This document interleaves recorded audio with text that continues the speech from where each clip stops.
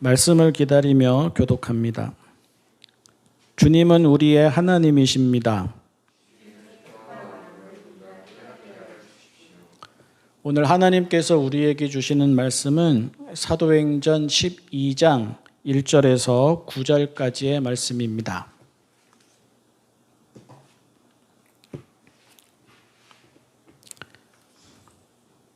새번역 성경 신약 219쪽 사도행전 12장 1절에서 9절까지의 말씀입니다. 이 무렵에 헤롯 왕이 손을 뻗쳐서 교회에 속한 몇몇 사람을 해하였다. 그는 먼저 요한과 형제간인 야고보를 칼로 죽였다. 헤롯은 유대 사람들이 이 일을 기뻐하는 것을 보고 이제는 베드로까지 잡으려고 하였다. 때는 무교절 기간이었다. 그는 베드로도 잡아서 감옥에 가두고 4명으로 짠 경비병 4패에게 맡겨서 지키게 하였다. 6월절이 지나면 백성들 앞에 그를 끌어낼 속셈이었다. 이렇게 되어서 베드로가 감옥에 갇히고 교회는 그를 위하여 하나님께 간절히 기도하였다. 헤롯이 베드로를 백성들 앞에 끌어내기로 한 그 전날 밤이었다. 베드로는 2 쇠사슬에 묶여 군인 2사람 틈에서 잠들어 있었고 문 앞에는 파수꾼들이 감옥을 지키고 있었다. 그런데 갑자기 주님의 천사가 나타나고 감방에 빛이 환히 비치었다. 천사가 베드로의 옆구리를 쳐서 깨우고 말하기를 빨리 일어서라 하였다. 그러자 쇠사슬이 그의 2 손목에서 풀렸다. 천사가 베드로에게 띠를 띠고 신을 신어라 하고 말하니 베드로가 그대로 하였다. 또 천사가 그에게 겉옷을 두르고 나를 따라오너라 하니 베드로가 감방에서 나와서 천사를 따라갔다.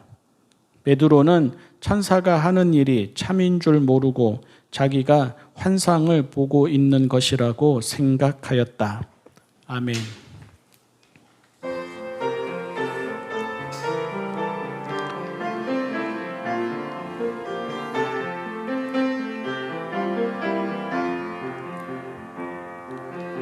이 말씀 따라 사는 동안 지치지 않게 하시고 이 말씀 따라 사는 동안 주님 나라 이루소서. 이 말씀 따라 사는 동안 지치지 않게 하시고 이 말씀 따라 사는 동안 주님 나라 이루소서.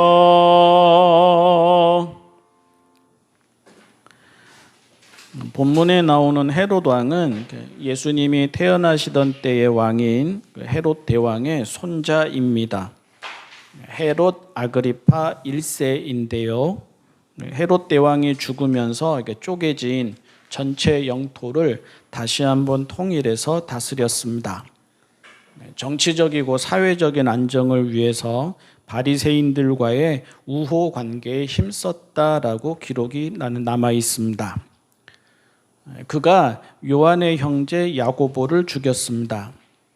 정권의 안정과 유대 주류 사회에 잘 보이기 위해서입니다. 한편으로는 예수님을 따른다는 사람들이 자꾸 모여드니까 체제를 거스를까 견제하고자 함이고, 다른 한편으로는 복음을 불편하고 거북하게 여기는 바리새인들이라든지 사두개인들이라든지 제사장 그룹이라든지 이런 사람들이 주류가 된 유대 사회의 환심을 사기 위해서였습니다. 가끔 말씀드리지만 복음은 정치적이지 않습니다. 하지만 복음은 정치적인 결과를 언제나 낳습니다. 예수님을 믿으면 정치, 경제, 사회, 문화, 종교 등 모든 분야에서 예수님만을 따르는 하나님의 나라를 구하는 대안적이고 대항적인 질서로 이어지지 않을 수 없기 때문입니다. 이렇게 헤롯이 야고보를 죽이자 당연히 유대 주류 사회의 반응이 좋았습니다. 유대 기득권층이 예수님을 어떻게 여겼는지 생각해 보면 됩니다. 그리고 그랬던 만큼 복음을 전하는 사도들에게도 거부 반응이 컸음을 기억해 보면 됩니다.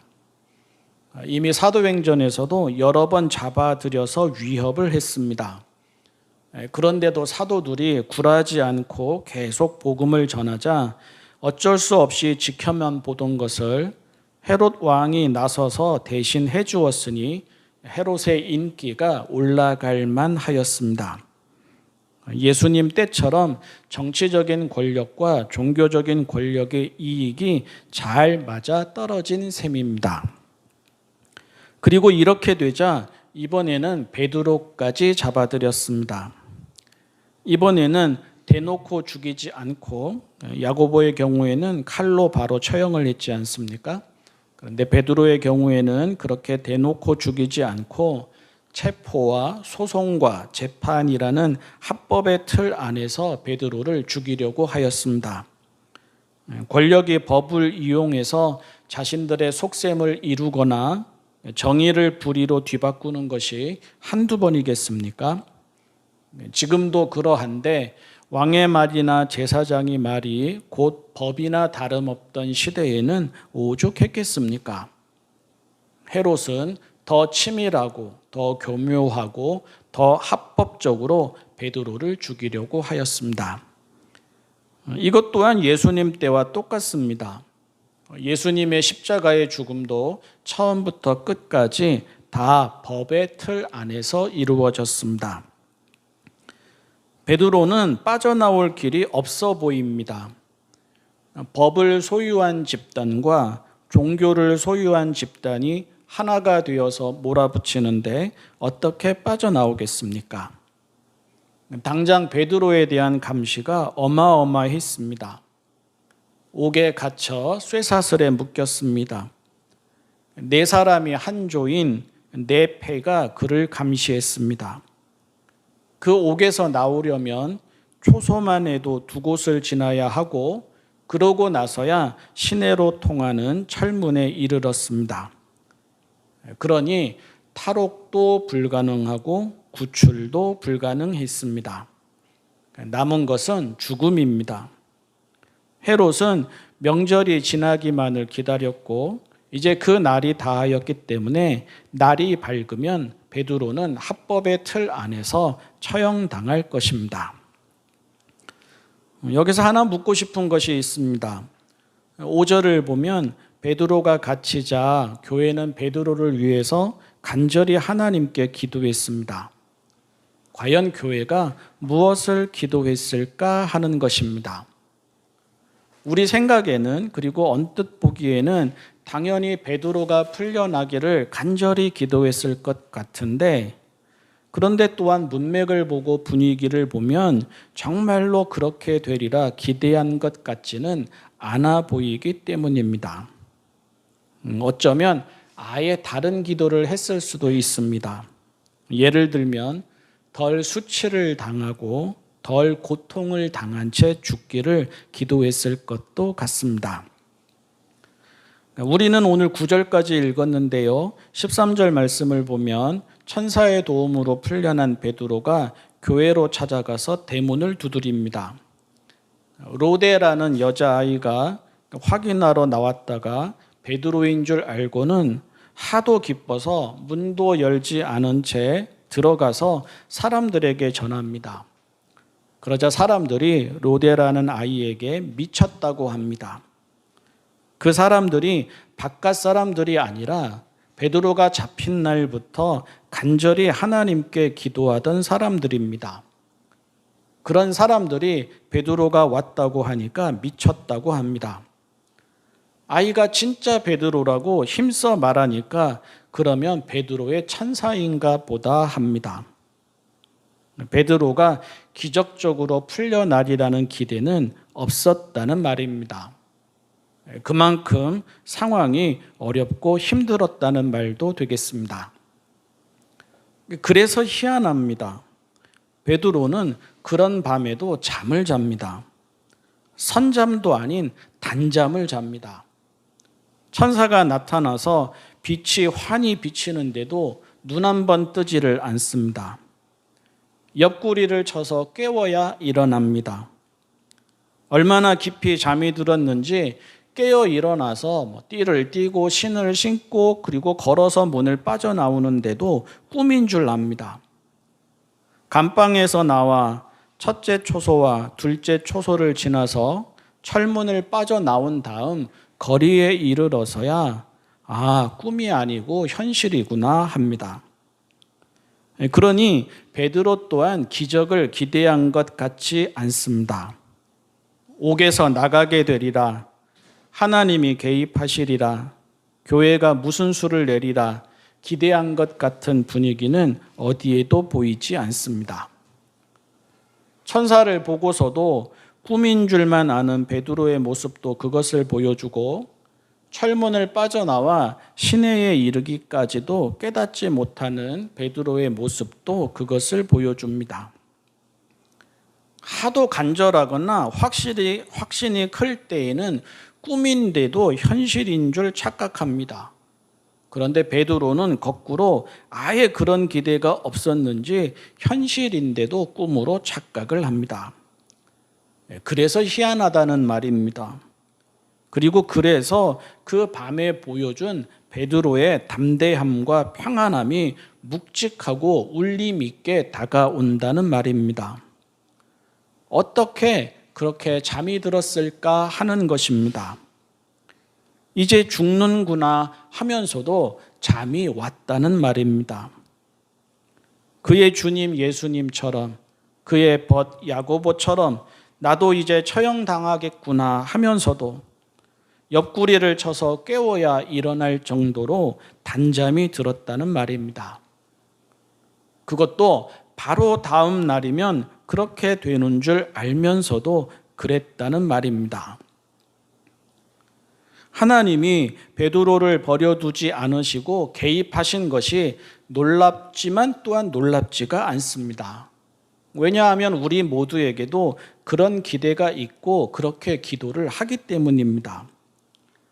교회가 그를 위하여 간절히 기도한 것도 놀랍지 않습니다. 왜냐하면 우리 모두에게도 그런 기대가 있고 또 진짜로 교회가 성도들을 위해서 그렇게 기도하기 때문입니다. 끝이다 생각했는데 다시 길이 열린 것도 놀랍지 않습니다.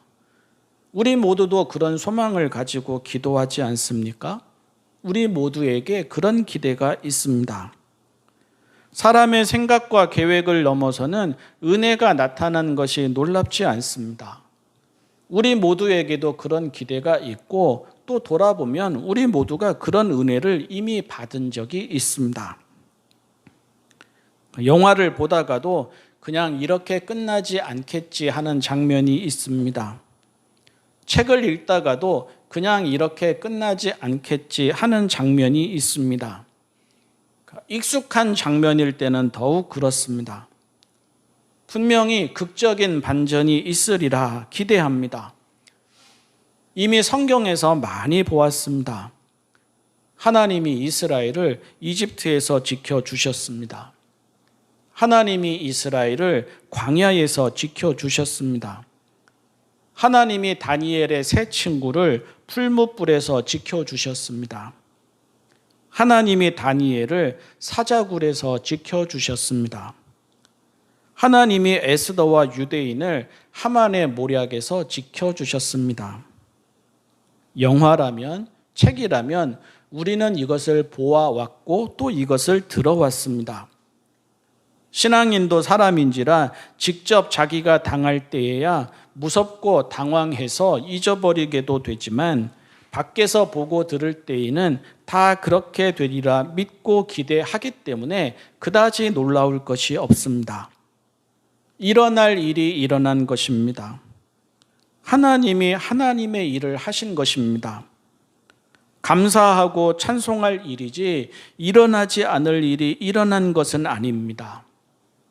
항상 그래왔듯이 어김없이 하나님의 은혜와 하나님의 능력이 나타난 것입니다.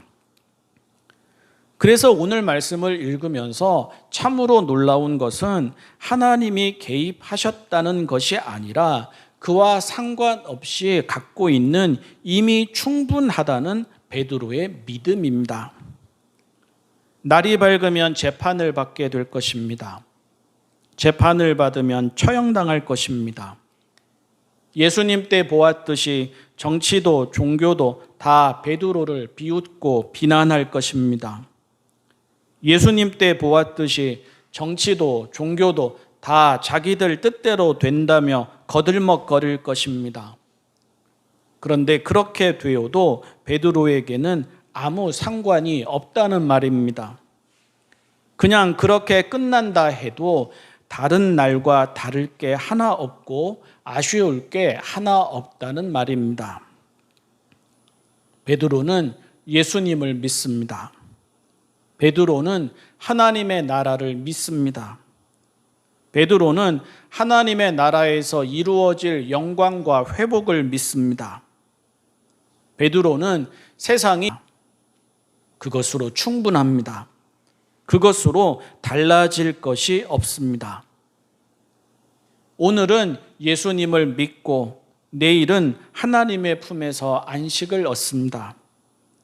살아서는 예수님을 따르고 죽어서는 예수님과 같이 영광스럽게 됩니다. 그 믿음이 그를 거칠 것이 없게 합니다. 그 믿음이 그를 두려울 것이 없게 합니다. 그 믿음이 그를 옥에서도 단잠을 자게 합니다. 그 믿음이 그를 시간과 공간을 넘어 평화에 이르게 합니다. 믿음으로 산다는 말, 오늘 말씀의 제목인데요. 이 말의 의미를 종종 생각해 봅니다. 여러분에게는 믿음으로 산다는 말이 무엇을 뜻합니까? 믿음으로 산다는 말은 연약한 사람이 하나님을 의지하여 힘과 지혜를 얻는다는 말입니다. 믿음으로 산다는 말은 사람이 사람의 의가 아니라 하나님의 의로 땅에서도 하늘에서도 구원을 받는다는 말입니다. 믿음으로 산다는 말은 하나님의 인도와 보호가 항상 있어서 언제나 새로운 은혜를 입고 기회를 얻는다는 말입니다. 믿음으로 산다는 말은 하나님이 살피시고 도우시기에 옥문이 열리고 위협에서 벗어나고 건강을 회복하고 시련에서 벗어나고 사방에서 애워싸도 벗어나게 된다는 말입니다. 그런데 믿음으로 산다는 말의 더 깊은 의미는 하나님과 함께이니 이미 충분하다는 것입니다. 다니엘의 친구들이 풀무불에 들어갈 때 그렇게 고백을 했습니다. 하나님이 지켜주시겠지만 설령 그리 아니하실지라도 상관없다고. 하박국이 하나님이 보여주시는 뼈가 떨릴 정도로의 큰 공포에 관한 환상을 보고 나서도 그렇게 감사했습니다. 이것도 없고 저것도 없고 아무것도 없을지라도 하나님을 즐거워하고 하나님을 기뻐할 것이라고. 베드로가 그런 믿음으로 잠을 잡니다. 이번에는 빠져나오기 어렵겠지만 달라질 것이 없다고. 여기서나 저기서나 똑같다고. 여기서나 저기서나 하나님과 함께라고. 이미 충분하다고. 믿음으로 산다는 말은 이미 충분하다는 믿음에서 비롯되는 평화와 자유와 담대함과 차분함이 나에게 있다는 말입니다. 결국에는 죽지 않습니까? 결국에는 우리 모두가 한 줌의 먼지로 돌아가지 않습니까? 인생이 살고 또 사는 게 아니지 않습니까? 인생이 가지고 또 가지는 게 아니지 않습니까? 인생이 이루고 또 이루는 게 아니지 않습니까? 그러니 이러하든 저러하든 하나님과 함께이고 그래서 충분하다는 믿음이야말로 오늘이든 내일이든 여기서든 저기서든 참으로 놀라운 믿음이고 참으로 있어야 하는 믿음입니다. 세상을 이기는 믿음은 어려움이 없는 믿음이 아니라 어려움 가운데에서도 평안을 잃지 않는 믿음입니다. 우리에게 있어야 하는 믿음도 뭐든지 다 되어야 하는 믿음이 아니라 아프고 가난하고 외롭고 힘들어도 하나님과 함께 살다 하나님께로 돌아가니 밥이 달고 잠이 달고 일상이 은총인 믿음입니다. 사랑하는 성도 여러분, 우리가 사모하는 믿음은 그런 믿음입니까? 오늘 우리는 평안합니까? 기도하겠습니다. 사랑의 하나님 아버지, 저희를 살피셔서 죄와 악과 불의에서 보호하여 주시옵소서. 저희를 살피셔서 시험과 유혹과 고통과 시련에서 보호하여 주시옵소서. 저희를 살피셔서 상황과 형편과 조건과 한계에서 보호하여 주시옵소서. 하나님과 함께이니 이미 충분하게 하여 주시옵소서. 세상을 이기는 자유와 평화와 용기와 담대함과 차분함이 있게 하여 주시옵소서. 우리 주님 예수님의 이름으로 기도합니다.